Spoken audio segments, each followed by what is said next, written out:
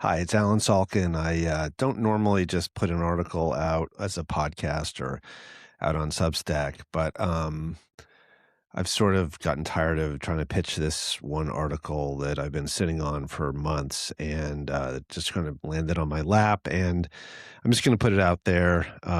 It's a little controversial. So, to make a long story short, I read this book. I, I don't know how it even came across my level of interest. It's sort of a dating memoir, which I guess I'm sort of interested in them. It's called My Year of Really Bad Dates by Rachel Lithgow.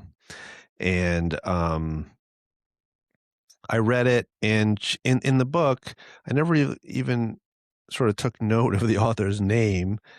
And in the book, she talks about she has this ex-husband who was the son of a famous actor, and the actor is described in really very unflattering terms. Doesn't want to spend time with his grandkids, her children, with this ex-husband who she was with for 25 years, um, and that her ex-husband had a lot of depression issues and required a lot of treatment, and that the father of the family was never helpful or rarely helpful, and that the stepmother, because his mother was out of the picture, the stepmother of the famous actor was nasty to her, and she quotes her saying some pretty unflattering things, which I'm going to talk about in the interviews. So it wasn't until I said, "Well, I wonder who this famous person is," and then I realized, well, the last name is Lithgow.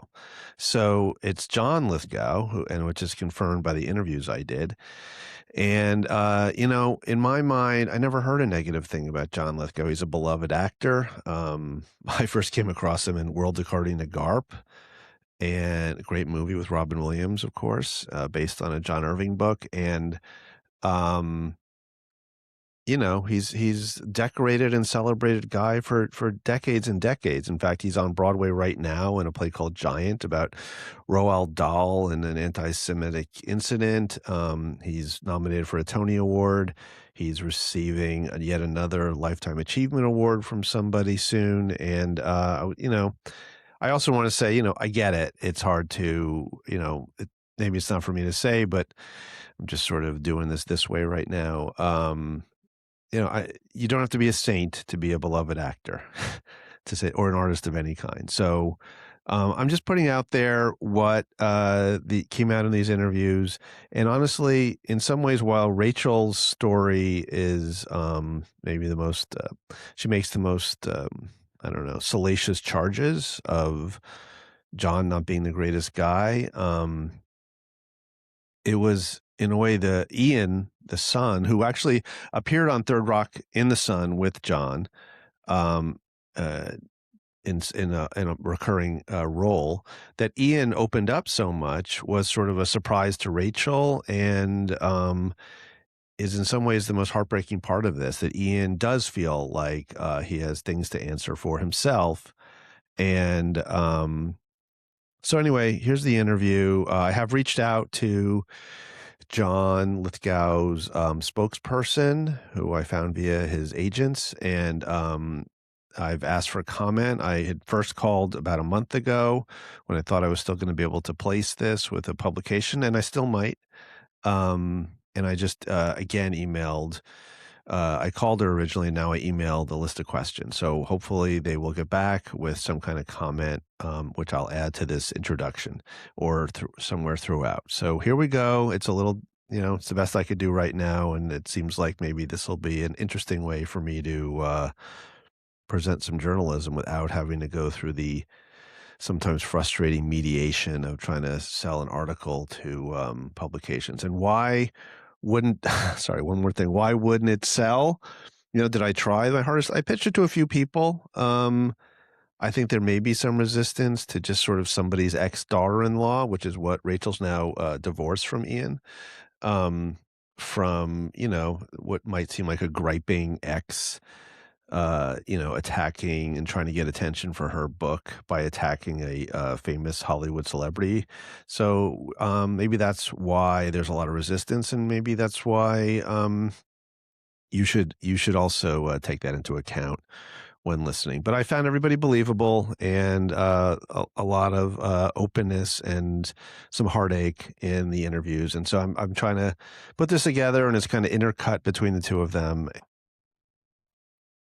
Just an update that I have not heard back any comment from a spokesperson for John Lithgow that I asked questions about for any comment from John or from his wife, Mary, about what Ian Lithgow, his son, and what Rachel say in these two interviews that you're going to see here. What? How did you hear about the book? Did you just? I was trying to figure that out with your publicist, and The New York Daily News did a teeny tiny piece that excerpted a teeny tiny piece of it. hmm, I Okay, it says Rachel Lithgow was married for 17 years to actor Ian Lithgow, who recently appeared in Godfather of Harlem. They have 2 children. Now they've split, and she's written a book, My Year of Really Bad Dates, which offers an unflinching look at the chaos of modern relationships, a launch party, blah, blah, blah, Jodie Sweetin, blah, blah, blah. Jody reads the audiobook. Rachel writes in her memoir that her marriage was doomed because her father-in-law, Conclave star John Lithgow, didn't like her. Here's what I said. I felt caught between trying to please and prove myself to my in-laws, who most certainly and in no uncertain terms disapproved of me and our marriage, and to stand with my husband, whom I love so much. It hurt, she said. It got progressively worse over time, and it added layers of trauma to an existing layer cake of trauma that became a large cake by the time I got divorced. 7 years later, the former spouses are still friends, blah, blah, blah. I'm really proud of what I came from. I was surprised when. So I don't know how I read it. Maybe Libby just recommended it to me, as I know, or I don't know. But I read a lot of stuff, and I do tend to like, stories about bad dates because I suffer. So Did you like the book? I did like the book. Oh, a couple things when I was reading it. I knew that, you mentioned somebody who was, in the way you described them, they certainly sounded famous. Then looked it up and saw who it was. And I thought, well, how come there's not any items about this? Like you're really going after him. And more than, somebody who, like I live in LA now, but I used to run illegal share houses in Amagansett. And there's an Amagansett resident who was the bass player for the Beatles who's out there.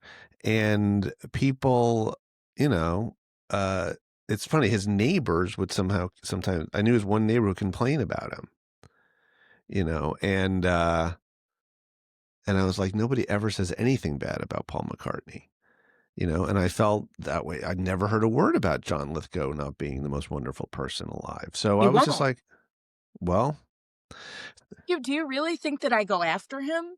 I mean, yes. do you really think it's sort of like a mean-spirited, like, I'm gonna get ya? Well, You really no, think that? mean-spirited is different than do you go after him?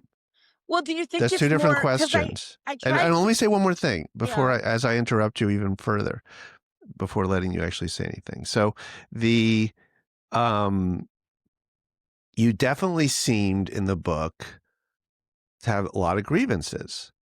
Well, sure, I have that's a legit thing. I have grievances about them vis-a-vis myself and the way they treated me and the way they treated my ex-husband, and the way de facto it sort of trickled down into the way they treat my kids. Okay.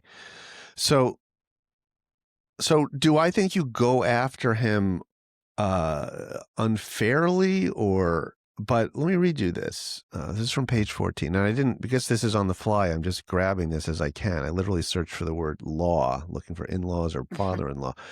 My in-laws would scream and yell at me on a fairly regular basis and seem to get a kick out of humiliating me in public and private. When my husband's stepmother would scream in my face and call me truly vile names, fucking asshole, pieces of shit, etc., to paraphrase, I'd start to cry. Anyway, uh, and then the next paragraph, it took me years to understand that my ex-husband, Ian, never took a stand for me because he could never take a stand for himself when he was being yelled at or gaslit either. How could he protect me when nobody ever protected him? So, hold on. Anyway, so I mean, I felt like I wrote it in a very like dragnet, just the facts way. I tried to leave out my opinion of them and just talk about the facts. And those are the facts, and those are accurate. I mean, I think, you know, John is very cowardly. He hates confrontation, hates it, like passionately hates it. And my ex-husband is a bit like that as well. And that's sort of de rigueur, I think, for the kind of waspy family that they are, right? I mean, I will never forget when we got engaged. Um, I used to work, I worked at the Show Foundation, right? So I mhm, worked on the back lot of Universal Studios, mhm, and you could get there was a kind of a back road that connected CBS Radford and anyway, and so I think it was Tuesday night or it was Wednesday night. I think it was Tuesday night. I can't remember now. But Tuesday night was the night that they taped Third Rock. And I worked in the history department for the Show Foundation. And so I would often drive through this little hidden road to eat because I worked late, usually Tuesday nights, because they did a lot of interviews in Europe Wednesday and Thursdays. And I would sometimes have to go back to the Show Foundation because at the time, we had fax machines. So we were faxing, information about Ukraine and the lights and mhm, the power in Kiev was only on between 11:30 and 2:45 my time. And I had to go and fax them these questions that I had to write. And there was a lot of, it was almost like working in an old school newsroom, right? There's a lot of mhm. fast paced stuff. And so I would go there for food, right? Because they always had catering. And Ian was really unhappy on that set. Um, it had been sort of pitched to him as like his way to reconnect with his dad, who had left him when he was 9 to marry Mary and move to New York City. And Ian stayed in New York with his mom, who is a profoundly mentally ill addict. And they were in very deep denial about her illness and her addiction. And Ian was keeping this terrible secret about her. And What's the mother's because name? I don't, well, I mean, her name is Jean. She's still living, which is why I'm sort of hesitant to talk about her. But she is also not a nice lady. She and I also, she really hated me too.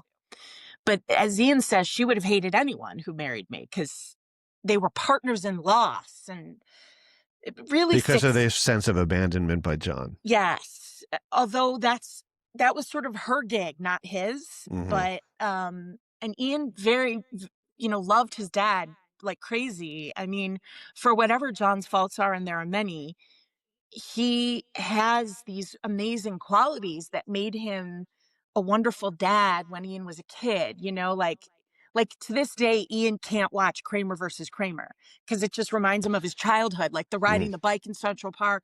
The kid falls off the monkey bars and the Dustin Hoffman carries him to the ER. Shit like that happened to Ian, right? And John lived in the 90s on Riverside Drive, and Ian grew up on Columbus and 73rd. So when he was in New York, they saw each other frequently and they were besties. Ian credits his dad with his taste in music, theater. They're actually they have quite similar taste. And Ian is a wonderful actor. He remembers listening to Dreamgirls, the album, in his father's mhm, apartment, and they would go to Big Mo's and get burgers and pizzas, and they were best buds. He made him a night costume out of scratch for Halloween and did all these wonderful things with him. And then he married Mary and he moved to Los Angeles, and that was kind of the end. And so he went to Harvard, which was his dad's alma mater, and he went How there old was Ian when John moved, roughly? 9. 9, okay. And he followed in his dad. He went to his same alma mater. He wanted to be an actor, all these things. He loved his dad so much and he really wanted to be connected to him. And so he moved to Los Angeles and John said, I'm doing this pilot thing and there might be a part for you in it if you want to read for it. And you can read for it, but I don't care if they hire you or not. They're going to hire you or they're not going to hire you. And Ian was like, hey, legit, fine. And he went into Bonnie and Terry and they were doing the casting.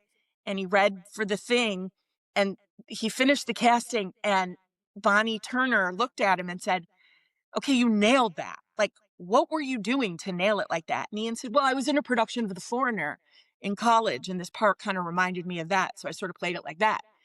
And Bonnie and Terry Turner both burst into laughter, and Bonnie said, "We modeled that part after that character in The Foreigner." Mm. And so, he got it. And so he was on every second or third episode. And, he was really excited to move back to Los Angeles. He had a 10 and 11-year-old brother and sister that he barely didn't know very well. Right. And he moved in with his dad, and it was going to be great. Mm. And they were going to work together, and they were going to be best friends again. And it was all going to be fine. And it just wasn't. It just was misery. Really, really terrible stuff. Like what? Ian's stepmother, Mary, is a really difficult, vicious woman. She just doesn't like him. She never did. She would gaslight him throughout his whole, she pulled all the wicked stepmother tricks out of the wicked stepmother book. And if you want to talk to Ian about it, I'm sure he would talk to you. Ian and I have just talked about this. Hmm. Um, and John just stands there like a tree stump while she screams and yells and hurls, and he just stands there and he can't intervene. Like, he just can't. And when it started happening to me, Ian was like, "This is my whole life. This is my whole life. This is like, you just have to ignore it." And I was like, "I can't really ignore someone screaming at me in a restaurant. Like, how am I going to do that?" And he's like, "You just have to. There's no other way around it." We when I was dating Ian for a year, we went to a family reunion in Amherst, Massachusetts. And I was a newbie, right? I didn't know there had been drama between his siblings. I didn't know about any of that. I'm just the girlfriend showing up, right? And we show up, and everybody is sitting around having dinner. I think his grandparents turned 80, and their birthdays were days apart. And his grandmother wanted to do the Charleston. Sarah was very, very, very adamant that there be dancing and that she do the Charleston. And we're all having this nice dinner, and John has 3 siblings, and they all have kids, and everyone was there, and we're all there. And Mary is talking to John's niece, Dove, who she has a pretty sordid history with of being unkind to. And they're having a conversation about art. And Dove is saying he thinks it's sort of interesting how throughout history, art is what is buyable art is really by patrons of art, rich people. And Mary Mm-hmm. said, "So are you saying rich people are stupid?" And Dove's like, "No, that's not what I'm saying at all." And then it just happened that the lull in the room was sort of very quiet. And suddenly you just hear Mary say at the top of her lungs, "Well, I think you're just full of shit." And suddenly John, all 6'5" of him, leaps out of his chair like this and says, "I have a madcap idea. Everybody switch seats. We're all going to switch Mm. seats. Won't that be fun?" Mm. And everybody got up and switched seats. And I turned to Ian and I said, "What in hell is going on here?" And Ian said, "Take your plate and switch seats." And I said, "Why?" And he said, "Just because." I said, "I don't understand what's going on." He said, "I can't talk about this here." So we all got up and switched seats, and it was never discussed. And that's what they do, right? Like, that's sort of how that family operates. And so later, I learned all of this, right? But going in, I didn't know. I said, "I cannot believe grown people got up with their plates and cups and forks and moved their seat. That's crazy." And Ian said, "That's my family. We're all crazy. All families are crazy. So this is our crazy." And I thought to myself at the time, I don't know, that's pretty crazy. But then you just get used to it in a weird way until the crazy turns on you. Like, how did it turn on you? What happened? We got engaged, and they sent us we called them and they weren't home, and they sent us a flowers the next day and a card. And I thought, "Oh, that's so sweet." And then that was it. We were engaged for a year and a half, and we had been, by the time we walked down the aisle, we had been together for 5.5 years, because we had both been children of divorce. We were really scared to do it. We went through premarital counseling and all the things, Mm-hmm. and no one discussed our wedding. They didn't offer support. They didn't They weren't happy. They weren't joyous. It was just mom. And finally, there occurred an incident, Mother's Day. So we got engaged like over the summer, and then the following Mother's Day, Mhm. there was some snafu, and I can't remember what it was. But again, like Mary screamed at me and over the phone, and I'm a piece of shit, and I'm stupid, and I'm all these things, and I just didn't understand what had happened. And they came. John came to our house. We met him at the beach. Actually, we lived in Venice. And Ian and I were sitting there, and Ian said to him, "What is wrong with you? Like, we're getting married. Like, no one said a word about this in a year." And he said, "No, no, everything's fine. There was we felt like there was a marriage directive, like Rachel was forcing him into marriage. But don't Who worry, said everything's that, Mary or John did, John? Mm. and said, everything's fine now." And Ian said, "It's actually not fine. Like, it's not really fine." "No, no, no, it's fine now." We got married, and Who paid for it? my dad. And then we go to the wedding, and you have to understand, my dad was a gangster. That was Right. who he was, right? He was from Brooklyn, grew up in Buffalo, like lived in Buffalo. He fixed horse races, he played cards, he did all these things. He wasn't like an arch criminal, but he wasn't a legit guy, right? And he had a little crew of guys, and these were the guys I grew up with who loved me like I was their child. And they all came to our wedding. And as the wedding's winding down, three of them come over and go, "The fuck's his problem?" I said, "What?" He goes, "People keep going over to the movie star and saying thanks for having us. And he keeps saying my pleasure." And I said, "It's just what you say." And they're like, "Someone's going to take him out back and show him what's right." And I said, "You're not going to beat up John Lithgow at my wedding, you mooks. Go sober up and get some coffee." And these guys were not drinkers. Okay. I said, "Back off, dudes. Just let him be." And they're like, "Well, he's an asshole. Your father said he was an asshole, but he's really an asshole." I said, "Yeah, my pops doesn't like him." "Okay. But go drink some coffee. It's fine. Everything's fine." And it's what's right is right, and they walked away. They were not wrong, by the way, of It course. sounds like you were Meadow Soprano here. That's kind of what yeah, without killing, there was Yeah. no killing involved, but it was, I just kind of laughed it off. And then we came back from our honeymoon, and I thought, it's going to be okay. And it wasn't. It just got worse and worse and worse. Ian basically just said, "I can't,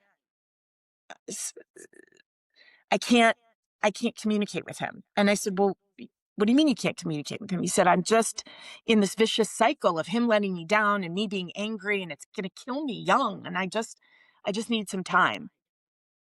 I said, "Okay, what are you going to do?" He said, "Well, I'm going to write him a letter and tell him I love him, and I just need a little minute to breathe here, and I'll be back in touch." So I guess he did that, but he also had a nervous breakdown. So we got married December 1st. He turned 30 February 3rd. By the end of February, he was in a chair crying nonstop. Yeah, in the book on page 50, you say, "When I told my in-laws I was very scared that I would have to commit my new husband to an institution," sorry to laugh, "and then I would have to do it with no health insurance, I was told that I was a, quote, drama queen, unquote, and that, quote, lots of people are without health insurance. You're fine, unquote." I had that a lot because what would happen is, look, I love Ian very much. Still, just because two people can't be married Yeah. doesn't mean you don't love them, right? He's the father of my children. He is a good man. He is, but he has some problems. And I think there are some people who can't get over a bad childhood, and there are some people who can. And he really struggled. And I ended up essentially caretaking him. I worked multiple jobs, and all they did was step on my neck, criticize me, call me names, and humiliate me in public.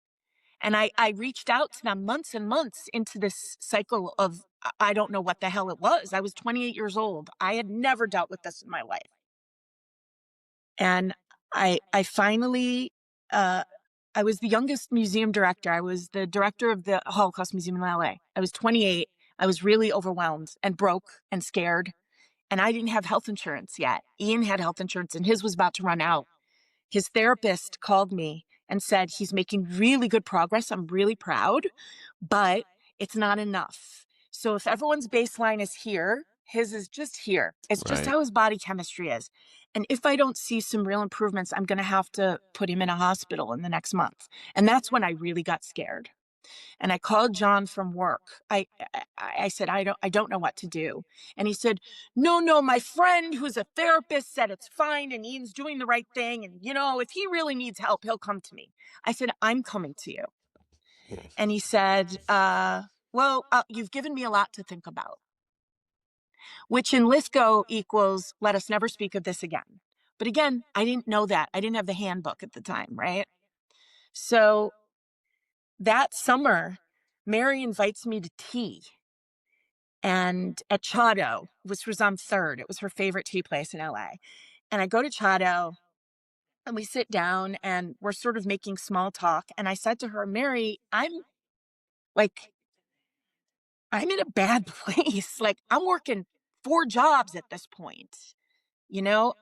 I'm exhausted. I don't feel well. He's unwell still, although he's better. Like, I don't know what to do here. And Mary looked at me and said, I don't understand why you didn't go to your own family for help.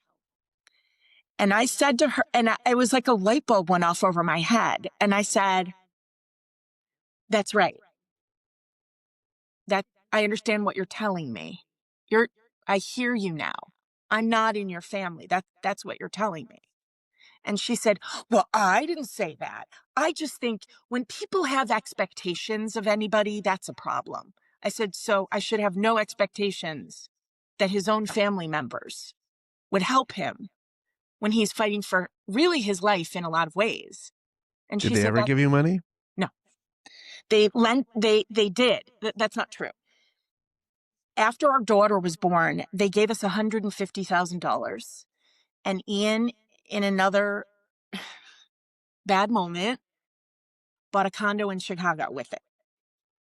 He wanted to get out of LA and he just didn't have an escape route and he just did it. And the check was made out to him and I couldn't stop it. And we moved to Chicago, left Los Angeles in Mm, 2007 and moved to Chicago. And that triggered the second really bad depressive mhm, episode. And then we moved from Chicago to Buffalo because at least I had parents there, right? Part-time mhm, parents there. mhm. My mother was still there and my father was there. Then we moved to Buffalo. Ian got a job, which he quit without telling me. The jury is still out on how long he was unemployed and didn't tell me. He Mhm. claims it was a few weeks, but I suspect it was longer. Um, So how and does Ian we feel lost our about house. And Yeah, and Ian called them okay. to borrow money. They lent us $15,000. And then they had their business manager send us both threatening registered letters that said, never ask them for money again, and you have to pay it back. I saved up to pay it back twice, okay, which is not easy. Once, and both times, due to circumstances not that I created, I had to bail us out of another financial situation. And after the second time that happened, I said to Ian, I'm not paying them back. I'm not going to work another job to pay. I'm not going to do a consulting gig to pay them back anymore. You pay them back. They're your parents. You ask them, you be responsible. I tried twice. You do it. And allegedly, John has apologized to Ian for that episode, but of course, not me. And never me. I mean, I don't know. You saw I don't know if you read in the book, but it just because Ian became so avoidant of them. I think it was just after a lifetime of just, he just couldn't. And so Miss Fix It over here kept Yeah, trying to fix it. And I was born and bred to be a Jewish daughter in law. right. Right. And so I kept trying to make it better. And the harder I tried, the worse it got. And so I would put myself in these horrible situations where we would be in restaurants or lobbies of a hotel or wherever. And they wouldn't yell at him because he either wasn't there or he would just go like Yeah, this. you said in the book 50 page 56 that I have basically that they implied or said you were a gold-digging whore out to take us for everything we have to better your trashy self. There was a lot of making me feel small and insignificant. And like and listen, as I was walking down the aisle, my father turned to me and said, Jesus Christ, are you marrying up? And I had to laugh because on Mm, paper, that's 100% true, right? I am from Buffalo. My dad was a gangster. My mother was a public school teacher. Now, my parents, my father was not a stupid man. He was probably the smartest man sure. any person would ever meet. As Bob Dylan said, "To live outside the law, you must be honest." And my mother's no dummy herself, right? But my parents were basically blue collar people. They were the first people in their family to go to college. Their parents were Holocaust survivors, you know? And suddenly, I'm being offered port and going to dinner parties, and everyone's talking about the New York Review of Books. And I Yeah. didn't feel like, not only did they not even try, right, to make me feel included, they actively sort of pointed out that I was stupid. And they would like, there was a lot of eye rolling. At one year, I tried to, I'm a Jew. I don't celebrate Christmas. I tried. I made them little Christmas. I baked. I don't do that. I tried so hard, and they just laughed at it and threw it in the trash. I mean, it was really bad stuff. That mean. They're mean, is what it is. They were just mean, and it just went on and on and on. Years. We would, and Ian would keep telling me like, don't do it, don't go there. Don't accept the invitation to lunch. They're just going to go after you. No, no, no. They won't, what? I didn't do anything. No, no, no. It's fine. And of course, it was never fine. And, you, once I went to Los Angeles for work and Mary invited me to stay in the house. That had never happened before. And so Ian said, do not do this thing. And I said, no, no, no. It's just me and Mary. It's going to be great. I get there, we're having coffee one morning and she just starts screaming at me and I don't even know what she's yelling at me about. And it just when when she could see tears, she would sort of calm down, Mm. but you couldn't actually cry or be loud because that was bad. That would make her angrier. And then John would just, now, Mary, just calm down. Everything's grand. It's all fine. And, he would sort of try, but not really. And I finally, he came to visit us when we were living in Philadelphia, which we moved after Buffalo, because we kept going broke and I kept having to get jobs. We moved to Philadelphia and John came to visit. And this was after the incident in the bar where he kept bringing famous people over to the table while I was weeping uncontrollably. Yeah, I'm reading. I was just looking at that. Richard Thomas and Yeah. And Alfred Molina. yeah, yeah, yeah, yeah. Yeah. Oh God. And my face just gets hot still thinking about it. But Yeah. we went out to dinner and I finally said to John, I will never understand why you hate me so much. We don't hate you. We love you. And I said, but listen, I need you to understand something. The next time you go after me like that, the next time your wife goes after me like that, or your kid goes after me like that, your son, one of your, and they would talk about this to their friends. Then their friends would pull me aside at social events and tell me what an asshole Ian was and how terrible I am. And John and Mary have given you everything, and you're not very grateful. And I kept thinking to myself, what the hell did they give me? Ajita. That's what they gave me. But I did say to him, the next time this happens, the next time one of you starts with me, I'm going to finish with you. I am from Buffalo and I will kick your ass. I am done. I'm not, I am done with this.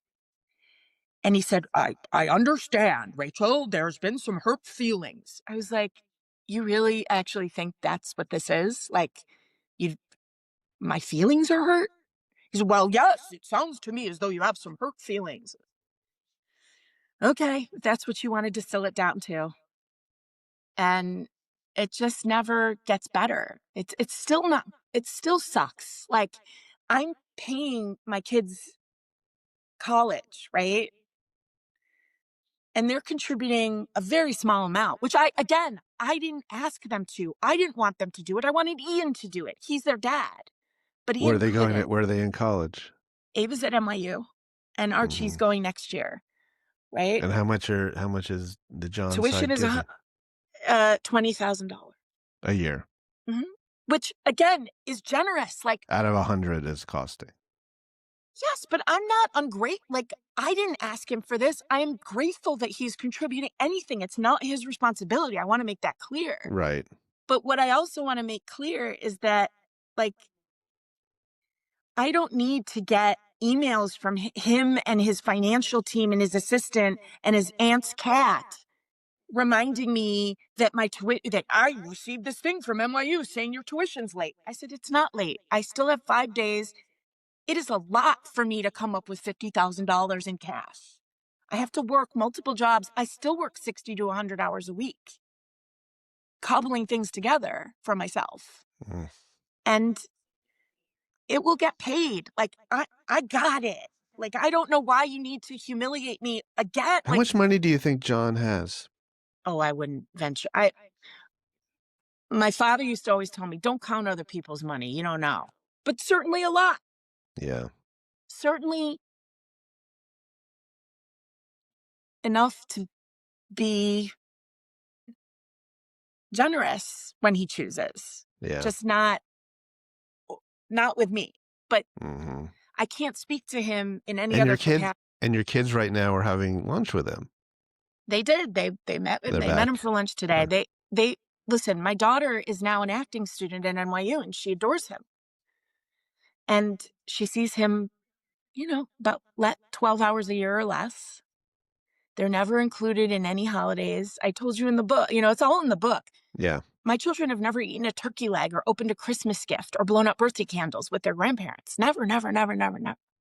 And I can only assume it's because of me and or Ian or both of us.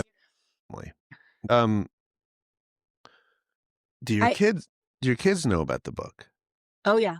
And they know they've read it? No. Why not? You told them not to? No, I think, Well, it's about their mom do having you want to read sex. about your mom's No. sex life? No. Yeah. Not really. Neither did they. Fair enough. But they know the relationship is not good. Mhm. And they've heard the kooky stories and all that. I mean, look, if you don't believe me, and I understand why people wouldn't believe me, you can reach out to Ian. Ian's read the book. Ian's how this whole thing happened was that when Richard contacted me to do this little piece in the New York Daily News, Richard Johnson. Richard Mhm. Johnson, I said, no, I'm not going to do that. Angle is not appropriate. I don't want anything negative to fall on my ex-husband's head. And he said, well, this would be very good for you. And, all the things that you say when you want to get stuff. And as I'm having the conversation with my publicist about it, Ian comes into my house to drop something off for Archie. And I said, okay, you want to know why we're not going to do it? I'm going to put you on speakerphone. My ex-husband just came into the house. And Ian said, what? And I said, I'm on the phone with my publicist. And Ian went, because he hates all that. And I gave him the outline and Ian said, tell her you'll call her back in a minute. I said, okay. Hang up. He said, Rachel, just say it. Tell the truth. I Mm. said, why? The shit'll rain on you worse than me. And he said, so what? What am I going to be cut out of the will? Like, at this point, Mm. we only communicate via email, essentially. I can't, like, Mm. I said, is this like do you just want to say fuck you to your dad? Is that what this is? And he said, it's 10% that. But it's also, let me just do this for you. Like, Mm. I spent my whole life answering for his public proclamations that I only find out reading a newspaper. Like, I the you didn't write anything in this book that isn't true. So Mm. all the stories are in the book. I mean, there are many others, but What's it's one that there. isn't in the book that you didn't tell me? What's a real juicy one? No, no, come on. There's plenty of juice in that book. There's plenty of juice in that Like, book. what haven't I D- brought up? I mean, I remember John had had surgery and, you know, it's, look, here's the reality. John is a seductive guy, right? there is so many wonderful things about him that draw you in, and it's not just that he's an actor, right? He taught himself how to play the banjo and the guitar. He writes children's books in verse and dedicates them to my kids, right? He paints in oil beautifully. He can do anything with his hands. He's an amazing cook. He made my mother-in-law's maternity clothes when she was pregnant with Ian. He is truly, and that this word gets thrown around, but he really is a Renaissance man. And he's brilliant, right?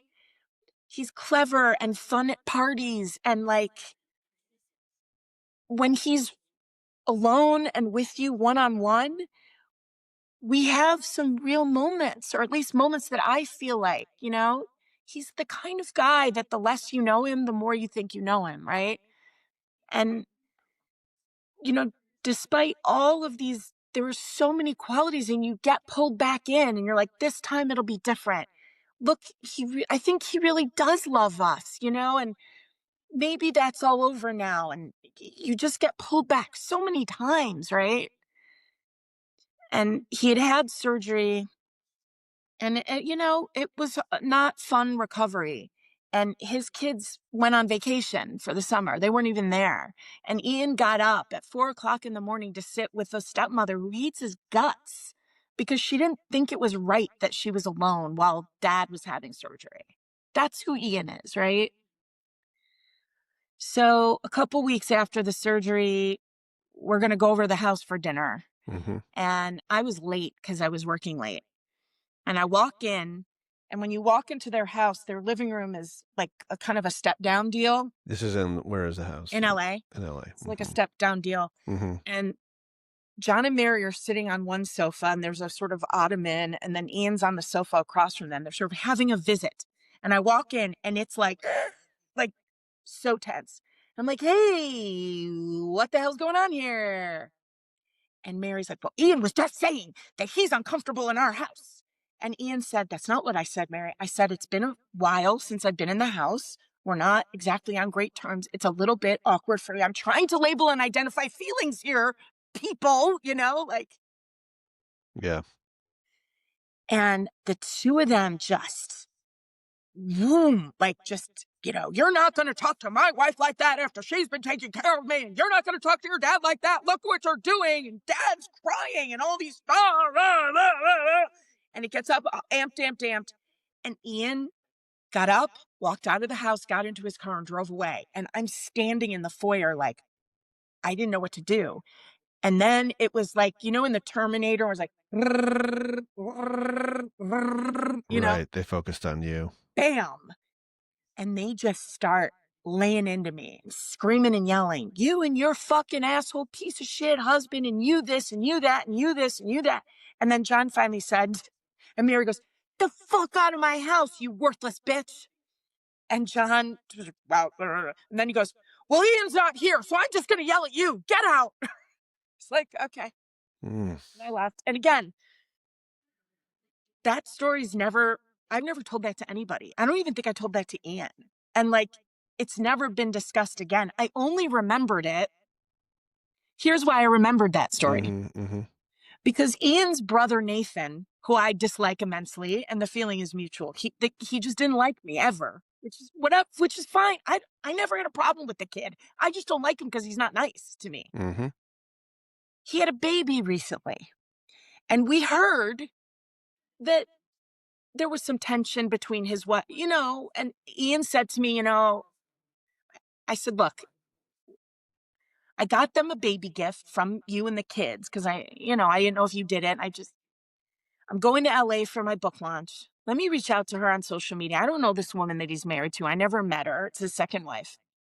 I'm just going to drop the book off. He's 11 years younger than Ian. I'll drop off the gift and I'll say hello. And I'll say to them, look, please reach out to Ian and my kids. They would love to have a relationship with you. And if you're having the same struggles that Ian and I had with John and Mary, you can reach out to me if you'd like. Okay. I'm happy to have a conversation with you. Mhm. I show up to the house. They don't, Nathan was upstairs. They didn't invite me in. I'm standing in the foyer and she's holding the baby. Mm. And I drop off the book, not even come in, glass of water, nothing. It was very awkward. And I said, you know, if you guys are struggling, please reach out to Ian and the thing. And, I'm here to. And she said, I have no idea what you're talking about. Mm. And I said, okay, I guess I'm out. She's like, happy baby. I don't know. I left. I got in the car. I called Ian. I said, done. Never again. And Ian said, you're a nice person. You took care of your side of the street. I said, Yeah. okay. I never want to hear about them again. I don't want to see them. I don't want to hear about it. And I suddenly said, I have this memory, Ian, of getting screamed at in the foyer. And he said, why? You got screamed at in every other goddamn room in the house. Why shouldn't you have been yelled at in the foyer too? File it away. I said, okay. And that's when I remembered that story. Is that in the book or not? Just No, for me. Okay. Thank you for sharing that with me.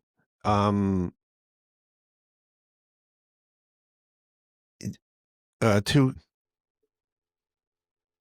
people should read the book. It is entertaining and funny. And, I, if there was a criticism and I just want to be clear, like what you're saying, these stories about the famous Lithgow family or whatever, the family of a famous person, sound, they certainly sound very plausible. I have no doubt actually that you're telling as it is.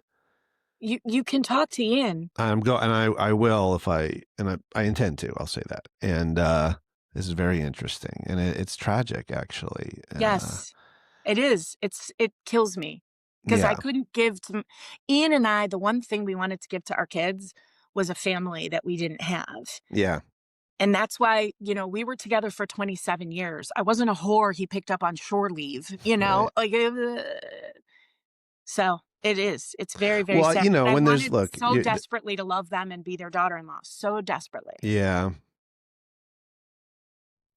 I had the suits listen, and other people who are listening can read it, can make up their own, but there's a gravity to celebrity and there's a power in celebrity, and it skews everything. And sure, when he stands up at a party and says, everyone's got one eye on John Lithgow at any event ever, right? And he's tall and even more so. So and it skews things, that power. It skews the people, and it's like a gravity that twists everything around it. And the, how he copes with that situation, and how it affects his own personality and everything else, like why it's like this, is for deeper analysis, but it doesn't, it's in a way it's an age old tale, but it's interesting, every time it's told. I will say this, of any grandparents my kids had, he's the best with children. He's an amazing grandfather, baby guy. Right. You say When the that in the kids were book. babies, no, I wouldn't trust my kid with any baby, newborn, with any of them except him. I Mm. would hand off Ava and go take a nap. He, I mean, So he he just did some is. babysitting. No, I mean, not really. It would be like, you come over from 11 to 11:45, or I drop the baby off from 12 to Yeah, 1:12, and it I was very see. scheduled. But he could be, you know what I mean? Like, he's He had it in amazing with him. my Yeah. kids.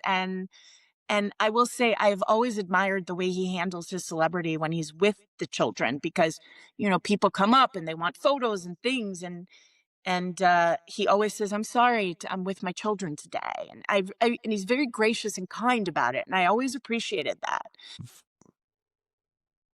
If I was your editor, I would have put in, and you have friends in there for sure, but I would have put someone in there who was nice to you, From the because family. from anywhere almost, because you have so Mm. much grief. It's like everybody hates you, which may be how you go through life feeling, and that came out I in the don't. book. But the amount of people who end up, every guy who, they don't just reject you, then they tell you why you're no good. And I mean, obviously, and then, well, and then, and these people, and it's just like, you keep getting told how horrible you are. And so as a reader, I have to say, like, I'm just like, well, maybe I should, it's like if everybody, they say if you go through life all day long and Yeah, yeah. everybody else is an asshole, then you're the No. asshole. If one person says you're an ass, you're not. If more Right. than 3 say you're an ass, saddle up, right? Yeah. It sounds better in Yiddish, but yes. So are you? No. Well, I don't know. I mean, look, I think an abrasive Jewish girl showing up in a WASPy family who asks Right. questions and make and used You to upset the order. I I I for sure can be abrasive, and I'm sure, many loathsome qualities, as we all do, right? Um, and I worked in a male dominated universe, right, of Jewish museums. All the boards Mm, in my tenure were all old white guys over the age of 60. And I was this young upstart, and I shook a lot of apple carts, and I'm happy to say that I was really successful in mhm. this career that I built. However, I'm okay if I'm an acquired taste. I think that's fine. I don't necessarily want to be a pleaser. Um, Right. When you you stop people know? pleasing, people aren't pleased. Yeah, Um, I don't really want to be a pleaser, but I will say this. If I was as big an asshole as they felt that I was, there is no way I could have done what I've done. And I mhm. have friends that I'm in touch with on a regular basis from the age of 18 months till today. And I'm very blessed, in the book I have a lot of ride or dies, and That's I true. You do. You do. and there are Actually, a that's lot of fair. people, I think, even Listen, I'm who just bringing up something as a reader. I didn't know I was going to interview you. I just thought I was reading yeah. some book. I don't interview every author of every book. So I'm glad you liked the book. Well, Now people might here's a say, so I'll compliment. give you a chance to answer this in case people are curious, if they listen to this interview. This may just publish this somewhere. But if um people may say, well, she's just shitting on this famous guy because he's, she can make money this way. I mean, people, first of all, people don't understand that books, if you Yeah. got, I'm imagining if you got $15,000 advance, I'd be surprised, right? Yes, you're laughing. I'm a first time Right, 52-year-old Jewish woman. right, Of course I did make that much money. right. So And they it's don't not a give lot of book money. deals to ex-daughters-in-laws of John Lithgow because he's Right. in it. But they could say, oh, but if you're because you're shitting on him, you'll get more readers and you'll make more money. But the Here's my thing is, response. I yeah, wrote a 211-page book on which they appear in less than 15 full pages of the book, right. right? And I'm allowed to tell my story and the things that affected my choices and my life in the way that they did. And I like to think that I take responsibility for lots of the poor life choices that I've made. And God knows I've made some, Yeah. but I don't think I deserved that. Again, this is my story about my life Hmm. and the experiences that molded it. If these things happened, then they happened. I'm not sure why it's my responsibility to protect the client at this stage. My only Hmm. my only worry about that is, of course, my children. And Yeah. of course Ian, right? But But Ian, Ian seems to have blessed it. he has, and he backs my play. We're co-parents, and just like I said, just because we can't be we were Yeah. not a fly by the night. We were together for 27 years. Yeah. This is not a bullshit relationship. And I think if you talk to Ian and you asked him if I was an asshole, it's a fair question. He's my ex-husband. You should. I don't know Hmm. what he'll say. I don't think he'll say that, but I don't know. I don't control him. You feel free to ask him anything you'd like, because he has a story too. I encourage him. I mean, I would love for him to write his life. I would love for him to write a one-man show about his life. Well, I appreciate you being willing to chat this early in the Well, I morning, Alan. appreciate you doing it. Um, Go ahead. well, I that's fine. I don't know how much of a help I can be to you, Alan, because I know you're writing about Rachel in the book, and I still have not. I've read some of the book. I don't know most of its contents, so Okay, that makes that's sense. that's But where no, I'm at. I do intend to finish the book at some point, but I'm not there yet. okay. Well, let's just do what we can. the book is rough on you and on your dad. Yeah. And that's unusual. I'm not like a Lithgow obsessive. I came across your dad in World According to Garp. That's how old I am. Um, and so, like everybody else, I love I love him. I don't know him, but I love him, right? So, but I did not notice the last name. It didn't strike me. And then she mentions in the book, a super famous actor, and his son, and you're obviously on. I don't think she said Third Rock, but you were on Third Rock, and I, uh, uh, I didn't put it together until I then said, well, was done with the book, and I said, well, who the hell is this? And I still didn't look at the last name, and so eventually I figured Oh, it out, and interesting.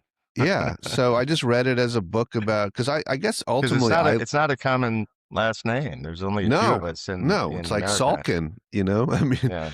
so, uh, no, you'd think so, and I'm sure even if people don't recognize you, they must ask you about that last name. Mhm. Um, so I just read it because I think I love dating memoirs as somebody who struggled so hard myself in this area, and so Rachel comes off in the book, I told her this, as so aggrieved, you know? Yeah. And I was like, sometimes I said this to her too, like sometimes if you meet five assholes in a day, right, then maybe you're the asshole. Um, and I was like, what is with her? Why does everybody just treat her so badly? And but there's a lot of interesting things in the book. Like for instance, I mean, I don't know how far you got in the book, and I don't want to drop, everything on you, but like, That's okay. You can drop it all on me. It's okay. okay, well, I mean, she, basically paints a picture of you didn't really support her. She supported you, that you're not, you didn't help with a lot of the money with college stuff and I could quote, I guess, but I mean, how much have you read and what are your thoughts? And yeah, I mean, I have a few other questions, but we'll start I there. got about 70 pages into it. And So, why'd you stop? why did I stop? Because I found that I have to take it in small Yeah, bites. yeah. Because I would take a bite and then I would read on and learn about some of her wacky dates that she'd been on, which is very entertaining. And a lot of that I didn't know anything about. Um, but it was hard to focus on the dates when I was still digesting her version of our history, which is a little bit different from my version of our Okay, history. let's talk about And that. How is it different? And how's it listen, different? I'm hoping. I know that you want her book to be a success. I do, I do. So let's see. It's okay if you contradict her. That's not going to stop me from writing the story. Well, when in the last few years of our relationship, when things just got very volatile, um, it was very hard for us to work through our concerns about our relationship and our concerns about each other. She was very disappointed in me for reasons, some of which I think are valid. Um, but she was increasingly unhinged. And there's a point in the book where she mentions that I suggest that she's in menopause, which I remember a point at which I thought there was something going on that was likely hormonal and that she might get help for. But there's a difference between perimenopause, which is happens before your actual cycle Yeah, has right. stopped. I mean, she would know whether menopause Yes. has stopped or not. That's not for me to say. So I'm reading this and I just don't remember saying that. I remember suggesting maybe it's symptoms of perimenopause. And so it was hard for me to read that because it sort of I thought it made both of us sound a little nuts. So, so things like that. But she's also, she's writing about her disappointment, her hurt, which is very real, and doing it in a way that tells a good story. Well, And so what parts of this do you think are about? I mean, you're a therapist. You've thought about your own stuff, I'm sure. Like, what parts strike you that you criticisms that you already see that you might take on? well, but I have a history of being an under earner, so that's true. And that I think I laugh because do you Rachel yeah, felt a lot of pressure about that for sure. mhm. Why do you think you're an under earner? Do you go to meetings for it, by the way? I don't want to break your anonymity if you do, but anyway. I think that's part of my, I don't know if it's part of my DNA, but it's interesting. My mother and my father, who have been divorced for years, but my mother has made very little money. And, her family grew up in the Depression, and I think she came away from that with a real poverty mentality, and her sisters as well. They've had a very hard time making ends meet. And my father, of course, has had tremendous material success, but also possesses that kind of poverty mentality, which has Hmm. been always hard for me to understand. There's a sense that it doesn't feel secure. It doesn't feel enough, even if the numbers show that you could easily retire tomorrow and be completely fine. But there's that. It's really not about how much you have. It's really about your attitude towards money, your relationship to it. So I didn't have very good modeling about generating income, having enough, feeling secure that there will always be enough, and so forth. So um, there actually was a time in the relationship where I was the primary breadwinner. I don't think she includes that in the book, but When you were for most of our relationship, she was the one making the money, and I was working less, but also pretty hands-on as a dad, I'd like to think. Um, so I feel, for the most part, I feel good about how I contributed to the family in that way. And yeah, I don't know if that answers your question, but No, it does. It's that's useful. I okay. there I'm clicking into some of the book that I got a PDF so I could search it a little, and um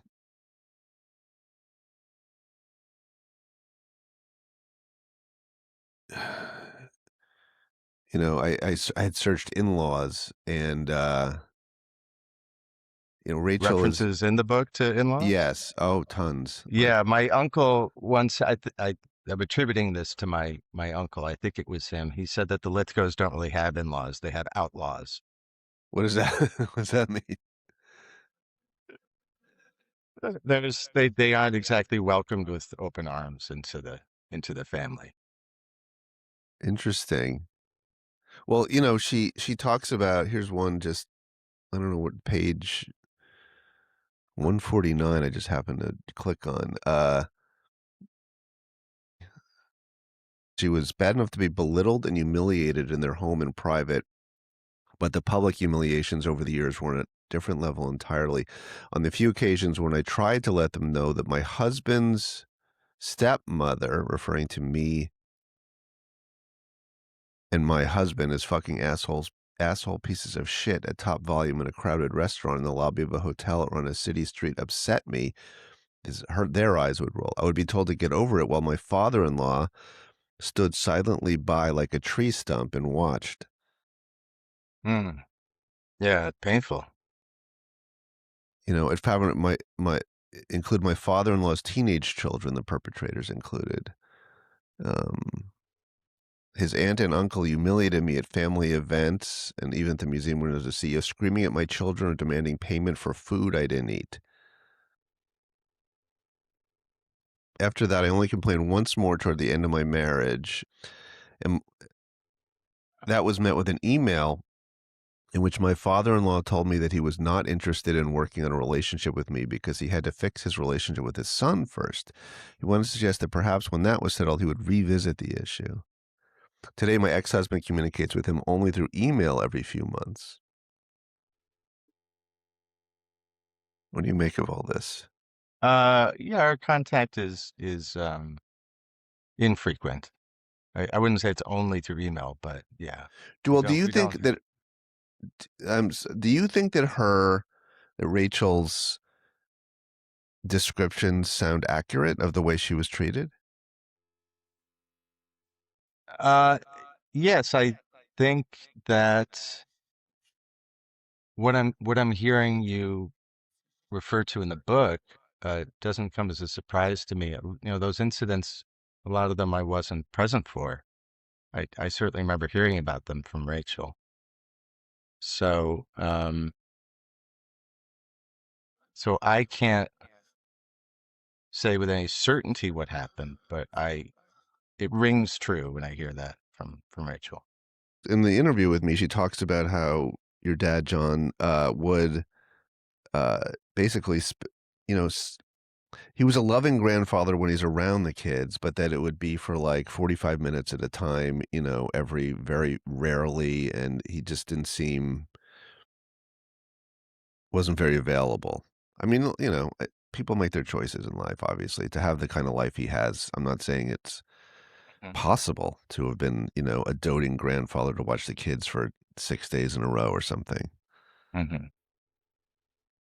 Yeah, but I wish he would have taken more opportunities to spend time with the kids.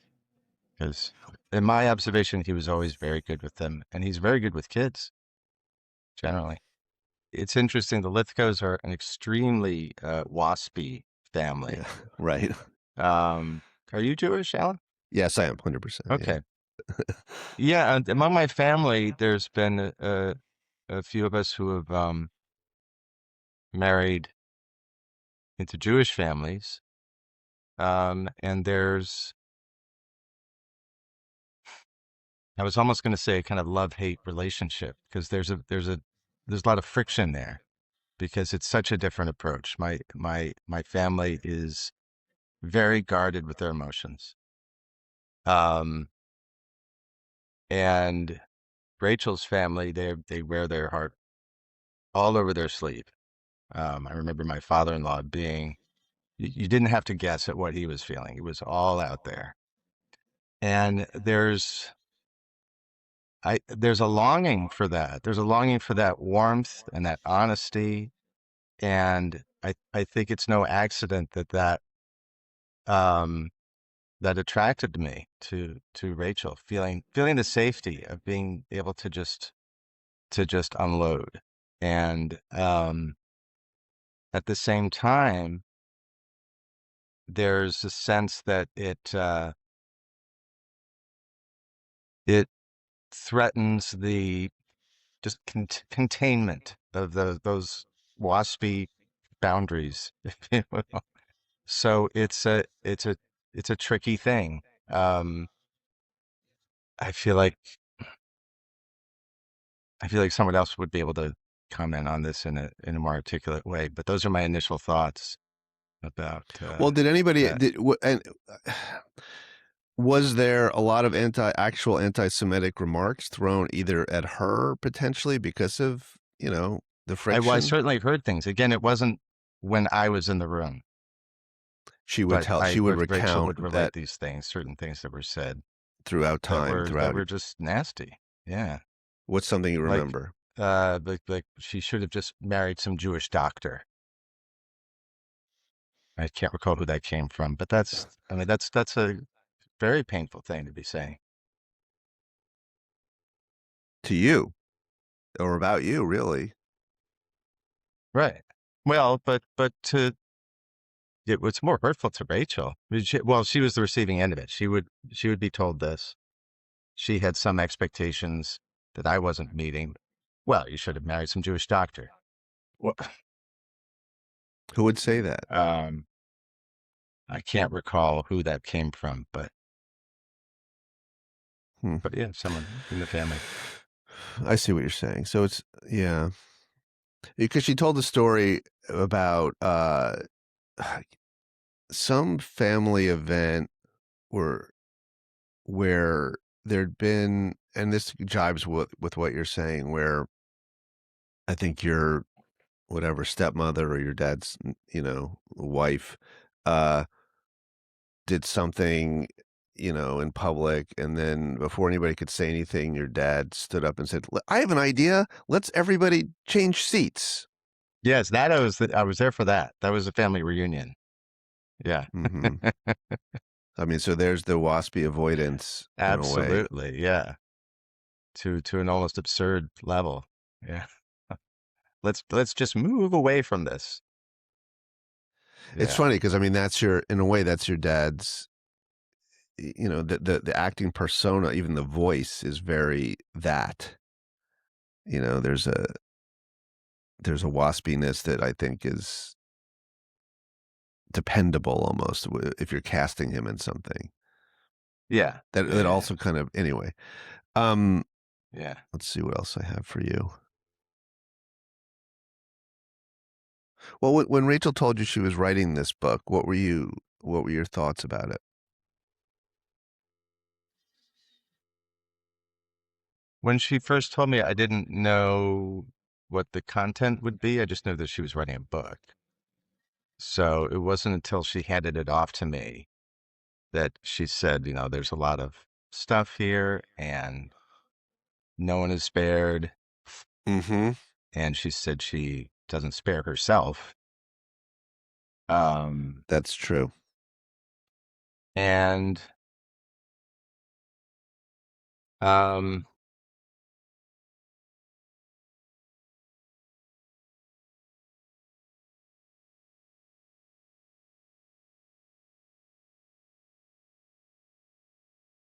and I was expecting it would be her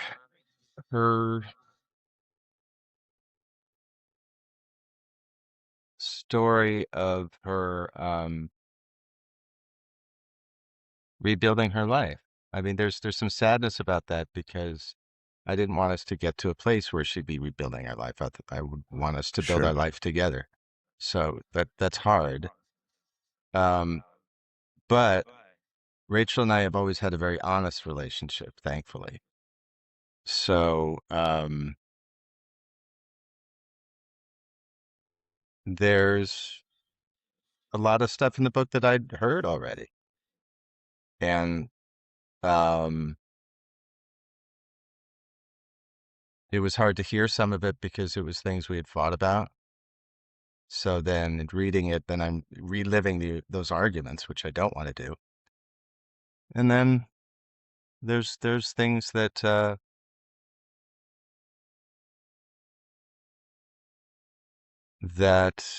just add up for me in terms of her pain and her own family. And I imagine it's been a cathartic process for her, Did you both sign writing the off book on and putting it out there. did you sign off on her referring to your depression and, your need for serious treatment? Listen, You mean, did Ian, she I ask don't for my want blessing beforehand? Or or even she, after. uh, no, I mean, that's okay. I mean, I had a major depressive episode when I was 30. Um, to me, that's in the rear view mirror. I've never gone back to that. And I read it and kind of was, um, uh, felt a little uncomfortable that I might be perceived as someone who's just a depressive. Like that's the way I've gone through my life, which is not my perspective. I certainly had my struggles, but in terms of depression, that was something that hit me in my early 30s that never really re-experienced. Ian, Um, like I said, I don't want to, drag you through stuff that, but, or, and,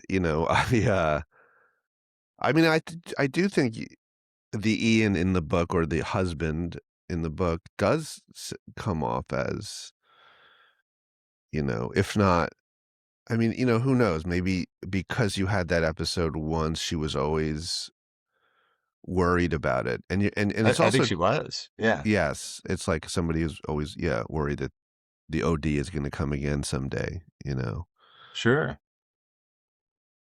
I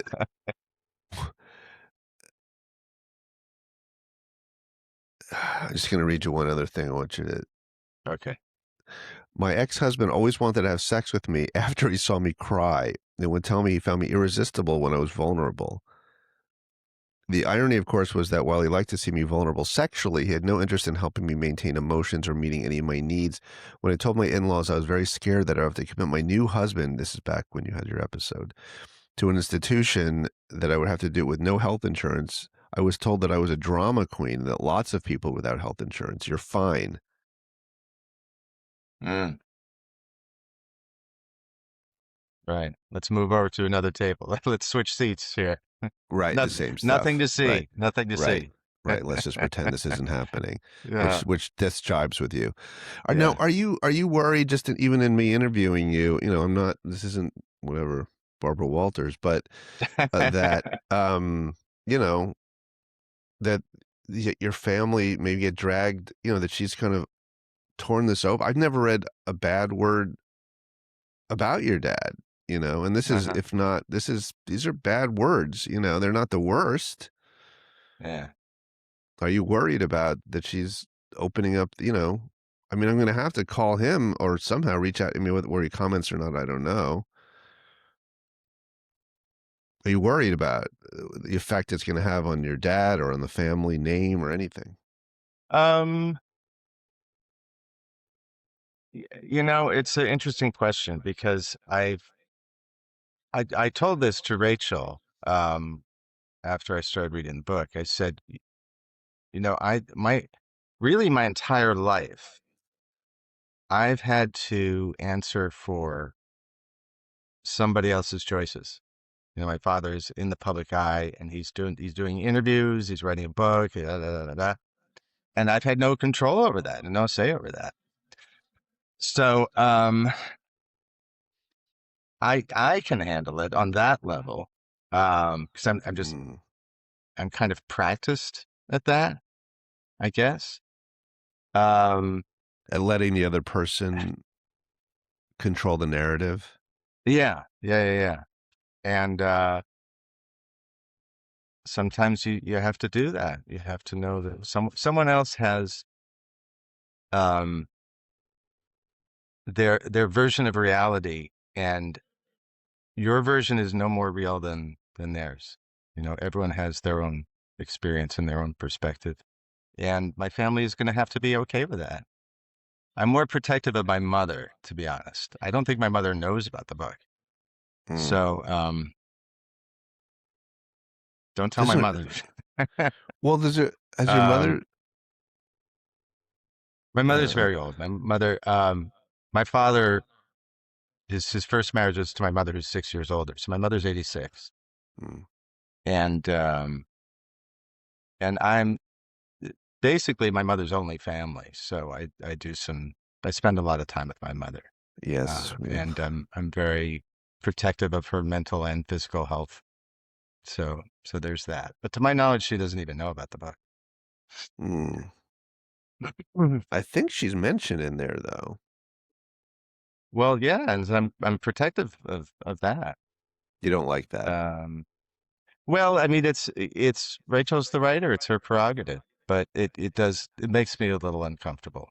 Yeah, seeing her written about because I am protective of. I mean, I have a complicated relationship with my mother, but that's a whole other book.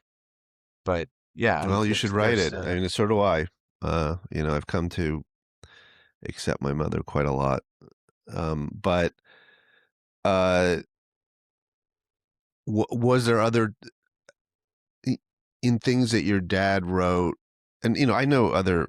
I don't know what else to say. Like I'm pretty close friends with Alexandra Pelosi, for instance, whose mother is an obvious giant force. You know, that's Nancy Nancy. Pelosi. Yeah. Yeah, yeah. So I mean, so was there stuff that your dad has written about you where you do also feel like you got sucked into some I mean, even when you were on Third Rock, probably that was probably a story that was often told. right? Oh, here's the son, and there's almost like a public version of the relationship that's not the real one. That's right. And because I was sensitive to that, I made a decision early on to just not see his interviews, not read his interviews. That was my reaction. Just don't. That's all. That's all someone else's version that I'm never going to be happy with. So I'll just steer clear of that. So almost without exception, I've never broken that rule for myself. I don't look at the interviews. It's funny, it's so different, but my briefly worked with my dad who was sold rubber duckies and imported plush toys from Asia that went in the crane machines, and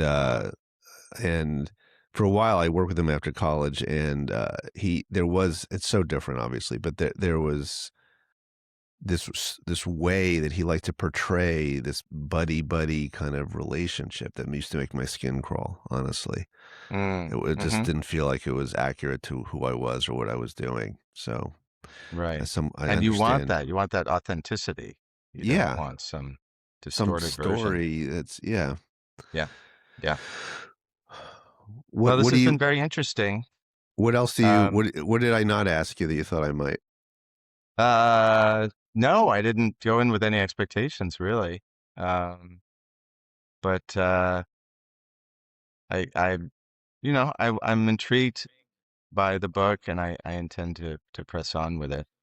You Um, know, it's the kind of, I know you need to go and let's wrap it, but you're uh the, in a way it's like if she wasn't associated with your family, it's would it interest me in a way to do an article, but at the same time there's a lot of books about women and dating and it may not have gotten noticed. And it almost like, and I guess that's the last thing, like it hasn't really gotten noticed. It has a little, right? But mhm.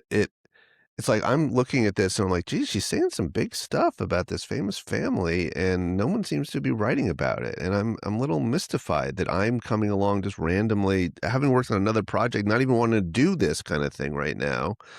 It's Yeah. like, why me, right? Why is this taken? I don't know. And why is this taking 6 weeks or 2 months since it came out for somebody to notice? What do you, it Yeah. might have just been a book about a woman, frustrated woman and crazy dating stories and just, another one of those millions of books. Uh-huh. I don't know. Do you have any Well, thoughts? I mean, I guess But who knows, my father could have promoted it. well, he may end up doing so. That's maybe what we're doing. After I interviewed Rachel and Ian, Rachel stayed in touch with me wondering when I was going to publish something. And on April 15th, she texted me to say that Mary's John's wife, and John's currently on Broadway at the Music Box Theater in Giant, portraying Roald Dahl in an exploration of controversies surrounding the children's books author. And supposedly, according to Rachel, what she has heard is that Mary and John have read the book. This is a quote, read the book and are furious. This is a text that Rachel sent to me. They've read the book and are furious. John would not allow my 80-year-old mother backstage to say hi after his show because, and now Rachel's quoting what she believes either John or his wife or both of them said. They supposedly said, your daughter wrote a slander book, unquote. Mary was nasty to Ian and my kid at the opening party of Giant. So that's where it stands. And again, I've reached out for a comment from John, and John's spokesperson not received any. Thanks. So again, those are the two interviews. I've thrown them together the best I could without spending my entire life on it, and make of it what you will. This is the book if you're interested. Again, I reached out to the Lithgow, John, for any comment and not gotten any. I guess that's it. Thanks for listening and watching.